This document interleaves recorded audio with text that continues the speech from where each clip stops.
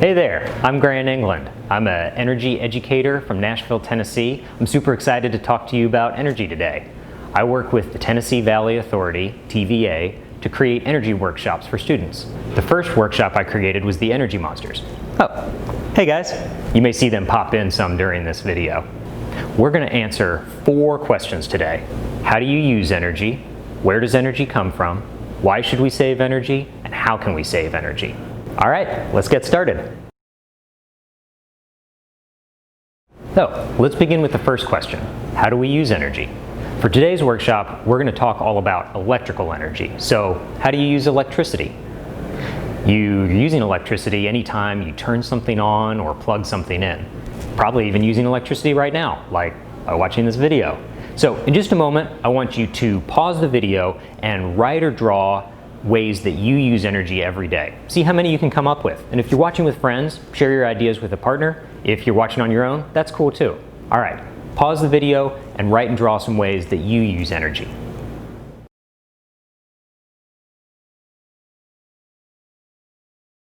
So, maybe you thought of some of these. All of these things use energy. And today, we're going to focus on a few that most of us have in our homes and that we use a lot, or as I like to call them, the big 6. They are HVAC, which is heater, vents, and air conditioning, water heating, refrigeration, TV, electronics like phones, tablets, and computers, and lighting. The big 6 includes the biggest energy users in your home. So, what do you think uses the most energy at your house? In just a sec, we're going to pause. I want you to write down your guess, and then we'll check in and see what it is. Okay, so what uses the most energy at your house? Pause and make a guess.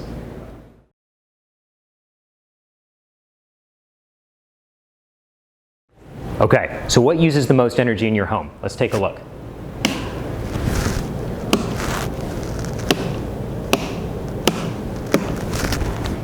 Were you right? Were you surprised?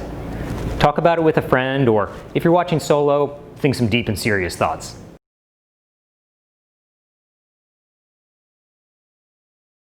The biggest energy user in your house is the HVAC, or the heater and the air conditioning, which uses over 50% or more than half of the energy that you use every day.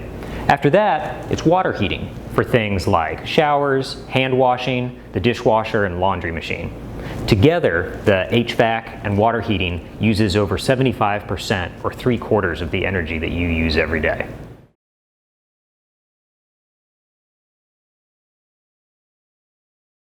All right, you all are doing an awesome job. We're ready for our second question. Where does energy come from? So, all the energy that you use is produced by the Tennessee Valley Authority, TVA. They make the electricity for nearly all of Tennessee and parts of Kentucky, Virginia, North Carolina, Georgia, Mississippi, and Alabama. All of those areas lie in the Tennessee River Valley, hence the name TVA. TVA was founded in 1933 as a key part of President Franklin Roosevelt's New Deal program, which helped America recover from the Great Depression. One of the main ways that they did this was by bringing electricity to the Tennessee Valley. The people who lived there, like my grandparents, didn't have electricity, so this made their daily lives a lot easier, but it also allowed manufacturing and industries to open locations in the valley, which brought much needed jobs to the area. Helping bring new jobs to the Tennessee Valley, or economic development, is still a big part of what TVA does today, which brings us to their mission, the 3 E's: energy, environment, and economic development. The first E is energy. TVA is mandated to provide reliable, low-cost energy to the people of the valley. TVA is what's called public power, meaning it's part of the government and belongs to all of us. It's also a nonprofit. Since TVA isn't trying to make money, that allows us to have some of the lowest energy prices in the country. TVA is self-funded. It doesn't get money from taxes, it pays for itself by selling the energy it produces. The second E is environment. TVA works hard to protect and conserve the natural areas in the Tennessee Valley. They did this in the 30s when they were founded by helping farmers protect their land from erosion, which was a huge problem at the time. The many dams the TVA has protects the valley from flooding, and many of the forests in the area are due to a big reforesting program that TVA initiated. They also manage many parks and natural areas today, along with all of the sites where they produce energy. The final E is economic development, which means bringing jobs and prosperity to the valley. When TVA electrified the valley, when it was founded, this gave lots of opportunities for companies and industries to move to the valley, bringing more jobs. Today, TVA helps companies that are already in the valley grow and thrive by providing resources and technical assistance. They also attract new businesses to open in the valley with incentives and low energy costs. So, how does TVA produce all this electricity we've been talking about? First, I want to show you a turbine. A turbine is one of the key tools used to produce electricity. All turbines have several parts. A wheel, which spins and transfers that spinning energy to a rod, which turns and then spins a magnet inside a coil of wire. That's what generates electricity. There are lots of different ways to spin the wheel, and all energy comes from nature, so let's look at the different ways that TVA harnesses energy from nature to spin that wheel and generate electricity. Here are the different ways TVA produces energy. Nuclear power. Nuclear power is made with fission, which means splitting an atom. In the nuclear power plant, uranium and atoms are split, and this generates a lot of heat. That heat is then used to heat up water and make steam, just like putting a kettle on the stove. The steam rises through pipes, and that rising steam pushes the wheel of the turbine, spinning the turbine and making electricity. The next way TVA produces energy is with solar power. In solar power, a solar panel is made out of materials called semiconductors, like silicon. Semiconductors have a special property that when sunlight hits them, they generate a current of electricity. TVA also produces power using natural gas. Take a big breath in and breathe it back out. So the air that we breathe is a gas, but there are lots of other kinds of gases too, some of which are buried deep underground. TVA also produces electricity using hydropower. With hydropower, TVA has built lots of dams around the Tennessee Valley. So behind the dam is a lake of water, and when the dam is opened, water can flow through it into the river below. That flowing water spins the wheel of the turbine, which generates the electricity. TVA also creates electricity with wind power. With wind power, the turbine is inside a big wind tower, and as the wind blows against it, it spins the propeller blades, which turns the turbine, making electricity. TVA also produces electricity with coal. Coal is made out of fossilized plants that were alive around the same time that dinosaurs existed. The coal can be dug up from a mine and then burned, and again, used to heat up water and create steam. That rising steam is what spins the wheel of a turbine and produces electricity. After TVA generates power, it has to get to us so we can use it. So, TVA produces electricity in these ways, and then sends it down what's called the power grid, a system of wires, transformers, and substations to help transport the energy to where we need it. It goes through transformers, down transmission towers, maybe you've seen these, I see them a lot along the highway, to substations, down power lines, and to the local power company.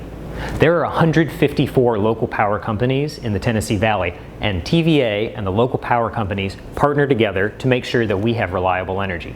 TVA produces the energy, the local power company transports it to us. Down poles and transformers, and to our homes or wherever you use energy. The local power companies also play a critical role in maintaining the power grid. So if you've ever lost power at your home, maybe it was after a storm when trees came down on a power line, if part of the grid gets damaged, we lose power on the other end. And the local power companies work really hard to maintain the grid and repair it whenever it gets damaged. Customers, just like you and me, buy our energy from the local power company. So wasting energy is the same as wasting money, which brings us to our next guiding question. Why should we save energy? So, why should we save energy? Well, first, like we just talked about, we all buy our energy from the local power company. So, if we save energy, we're saving money, which is always an important thing to do. Second, it's important to conserve natural resources. All of our energy comes from nature, like we just talked about. So, if we're wasting energy, we're wasting natural resources. By conserving energy and protecting those natural resources, we can make sure that our environment provides us with all the things we need today and in the future. Some forms of energy release carbon and create pollution. So when we save energy, we're also helping reduce pollution in our environment. TVA is nearly 60% carbon free. In 2007, coal made up about 60% of the energy they produced. But today, in 2020, coal is only 15% of the energy portfolio, and TVA is continuing to make cleaner and cleaner energy as time goes on.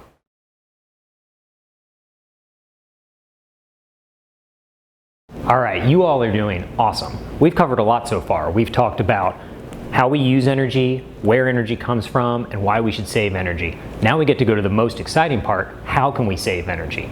There are tons of ways to save energy, but today we're going to focus on things that you can do right now and every day to help your family save energy and money. Let's look back at the big six. Anybody remember what the biggest energy user in your house is? The HVAC, the heater and the air conditioning. After that is the water heater. Those two together use about 75% or 3/4 of the energy that you use every day. So that's also where we have the biggest opportunities to help our families save energy and money. So let's start there. Let's start with the biggest energy user in your home, your HVAC, your heater, vents, and air conditioning. The HVAC uses over 50% of the energy that you use every day.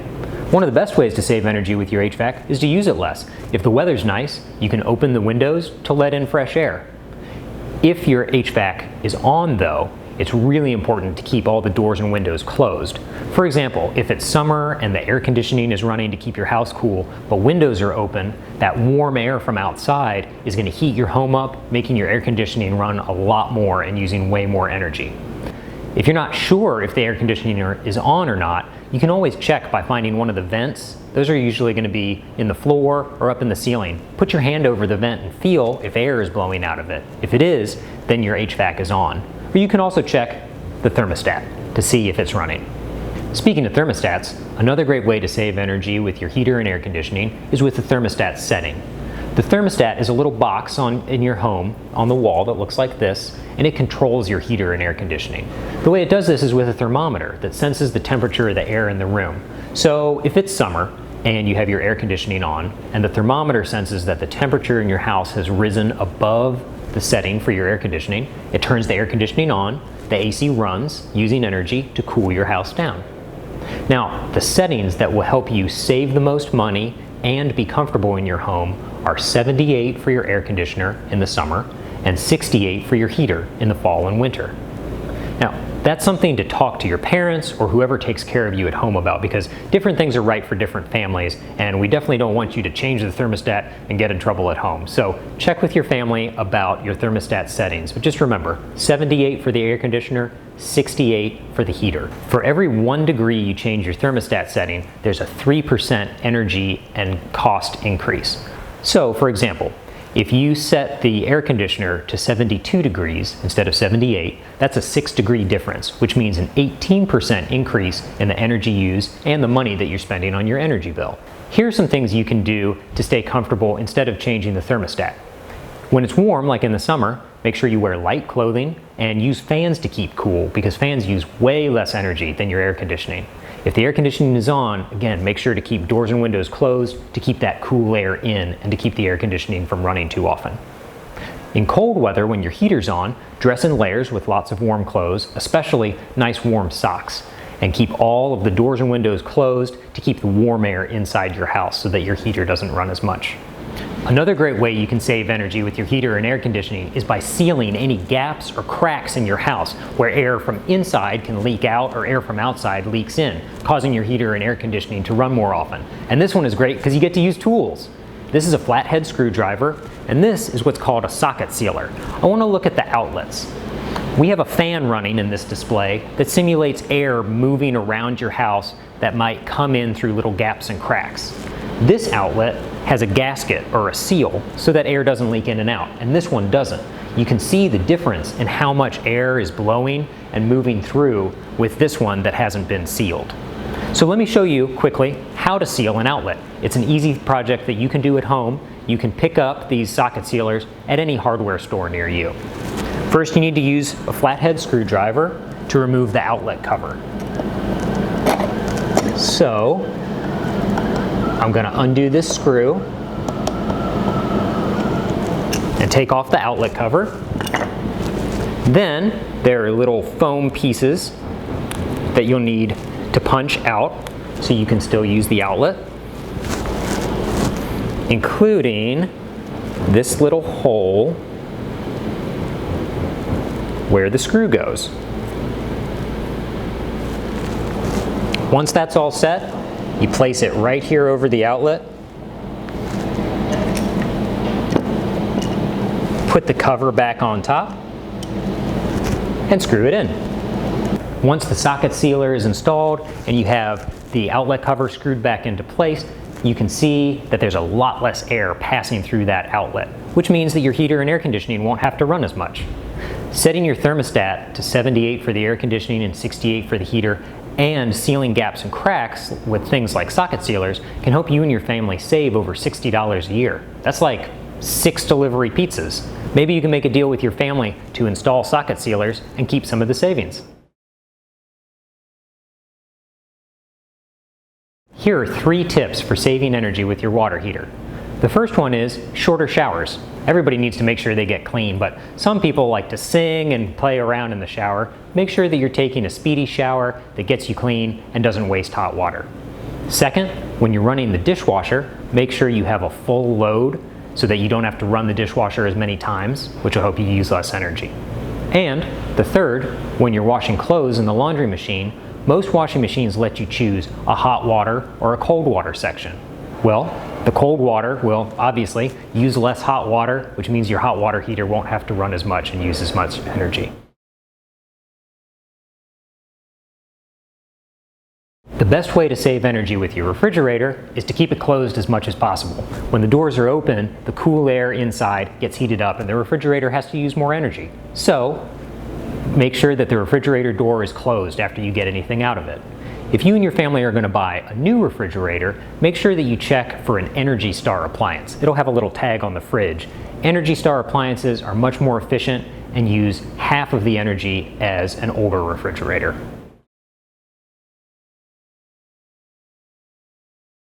Saving energy with your TV is easy. Turn it off when you leave the room. A television uses 6 times the energy of a light bulb. You know to turn the lights off when you leave the room. Just make sure you turn the TV off too. Electronics like computers, tablets, and phones use a lot of energy in our home too. But did you know that they're even using energy when they're not on? Chargers that draw energy even when the device isn't plugged in is called phantom load or vampire power because they keep sucking energy even when they're not working. Phone chargers are a really big culprit of this. And here's an easy way that you can help save some of that energy. This is a power strip. It has lots of outlets in it and an on-off switch. When you're charging your phone or any kind of device or computer, turn it on, and then when you're done charging, turning it off will turn off power to all of these plugs.